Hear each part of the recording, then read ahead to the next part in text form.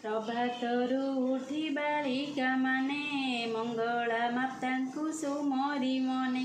ଗେଲି ଦୁଲି ଆଉ ଚମ୍ପା ଗୌରୀ ସୁଲୋଚନା ସହ ସକଳ ମିଳି।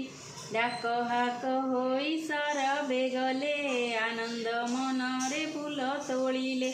ସ୍ନାନ ନିମନ୍ତେ ନଦୀକୁ ଯାଇ ସ୍ନାନ ସାରି ମନେ ମଙ୍ଗଳା ଧ୍ୟାଇ। ଓଦା ବସ୍ତ୍ରେ ନଦୀ କୂଳରେ ବସି ବାଲୁକା ପୂଜନ୍ତି ବାଳିକା ମିଶି। ହସ ହସ ହୋଇ ଗୃହେ ଫେରିଲେ ବସ୍ତ୍ର ପାଲଟିଣ ଫୁଲ ଗୁନ୍ଥିଲେ। ତରାଟ ମନ୍ଦାର ଅଶୋକା ଯାଇ ରଙ୍ଗଣୀ ମାଳତୀ ସୁଷମା ଜୁଇ। କାଣ୍ଠ ଚମ୍ପା ରଙ୍ଗ ବାଣ ବକୁଳ ବିନା ସୂତ୍ରେ ଗୁନ୍ଥି ରକ୍ତର ମାଳ।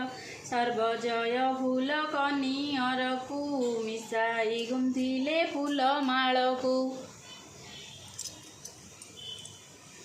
ସୁନା ଚାଙ୍ଗୁଡ଼ାରେ ଅତି ଯତନେ ଭୋଗ ସାମଗ୍ରୀକୁ ରଖି ସୁମନେ।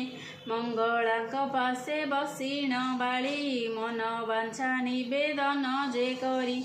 ଆବୋରି ବସିଲେ ପୁର ଗହଣ ପାଞ୍ଚ ପାଳି ଓଷା ହୋଇଲା ପୂର୍ଣ୍ଣ। ଯେ ଯାହା ମନରେ ଧ୍ୟାଇ ବସିଲେ ସେହି ଅନୁରୂପ ବର ଲଭିଲେ।